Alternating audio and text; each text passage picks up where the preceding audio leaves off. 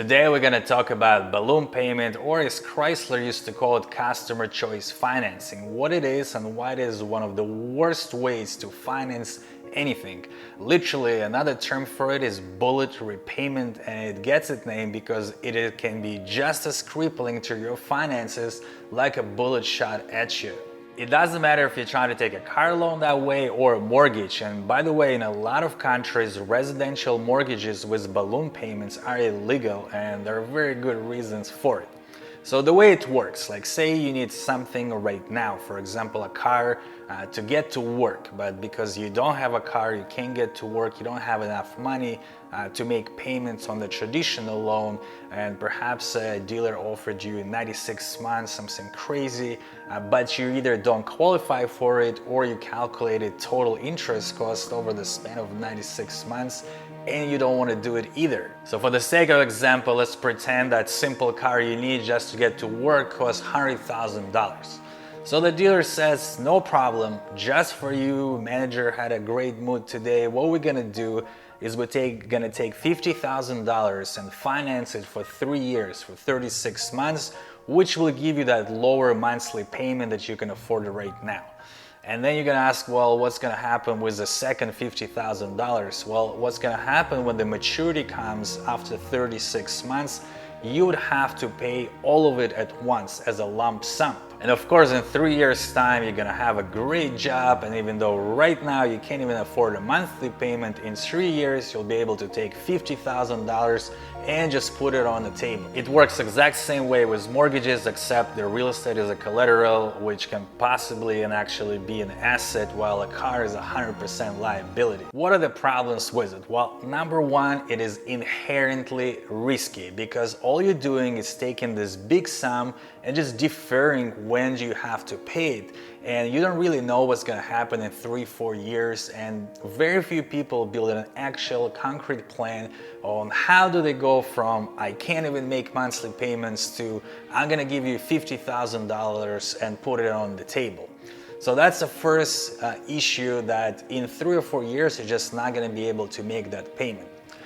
On a car side, all of that deal kind of looks very similar to Lease, and the Chrysler on their website actually says this is even better than Lease because you own the car. However, that's not really the case, because with Lease, even though it is a very expensive way to get a car, there are a few advantages that you can use with the lease. And number one, the car doesn't belong to you. So if something happens with the car, say you got into an accident, no problem, insurance company is gonna fix it, but it will be in the history of your car, so your car will have diminished value. So when you sell the car, you're not gonna be able to get the full amount. That's if the car belongs to you, but if the car is leased, that's not your problem, that's the dealership problem. You can just bring the car and give it back to them at the end of the lease, as long as you fixed it the way insurance company told you. This is obviously not the case with the balloon payment because the car belongs to you, so all of the responsibilities are yours as well. Another good part of the lease, even if you got in a bad deal and you really hate the car you got, when the lease is over, you hand the keys to the dealership, say whatever words you need, and the problem is gone. With the balloon payment, you can't do it. Some dealership might allow you to, but in reality, it is still your car and you owe that big lump sum of money. Third benefit of lease, if you ever wanted to get out of it because you're moving out of the country or something happens, you can go to like websites, say like Lease Busters, and see if somebody will take over your monthly payment. But if you have low monthly payment and at the end of the term somebody has to pay $50,000, nobody's gonna take it over. So even though customer choice financing, aka loan with balloon payment, sounds a lot like lease, and they will tell you it's even better because the car belongs to you, it is actually worst of both worlds, because you're not getting any benefits of the lease and you're paying premium in interest, and you're incurring a large degree of risk. In a lot of cases, when the due date comes for the balloon payment, the customer simply cannot produce it. And to make matters worse, car is called depreciating asset, but I just call it liability because all it does is loses money, it doesn't bring you any money. So there is a big likelihood that in 3-4 years, especially if you had an accident, The car is not even worth the $50,000 that you have to give the dealership. And at that point, the customer is in a big problem because they owe all of that money to the dealership. And even if the dealership repossesses the car, it's still not enough. So once customer gets to the pickle, they only have few options. And the first option is they will try and refinance that lump sum. It's called like two-step mortgage or two-step loan. So you'll pretty much just incur more interest costs and you would have to pay and keep that car longer. Or what most likely is going to happen is dealership is going to offer them another deal. They're going to say, why don't you buy this car? We're going to take the loan outstanding, the debt that is still here, we're going to roll it into the new car. What's going to happen is the monthly payment is going to get higher and the level of car is going to get lower. And the worst part of it is the consumer is going to be in this perpetual rolling debt, making money for banks and dealership rather than building their own wealth. Now you know why balloon payment loans are so dangerous, and really they're the way for the dealership to move the cars while you as a consumer incurring all of the risks. Is there any good time to take a loan with a balloon structure?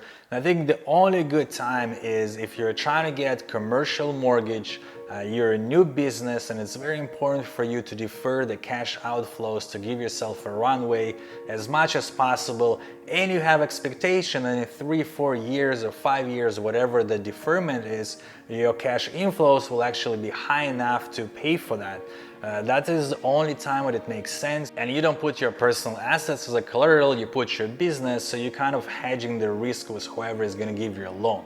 But probably they're going to charge a higher interest rate, so again those loans need to be calculated. But I think that is the only time when the balloon payment structure is useful. As a general rule of thumb, if you're trying to buy something, whether you need it or you really want it, but you really just can't afford it, but there is a way here to get it today, that way is probably super dangerous and you will end up paying a lot in the interest costs in the future.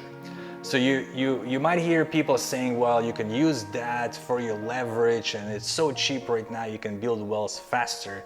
And that is true, but it works. Like, I'll give you an example with the same car.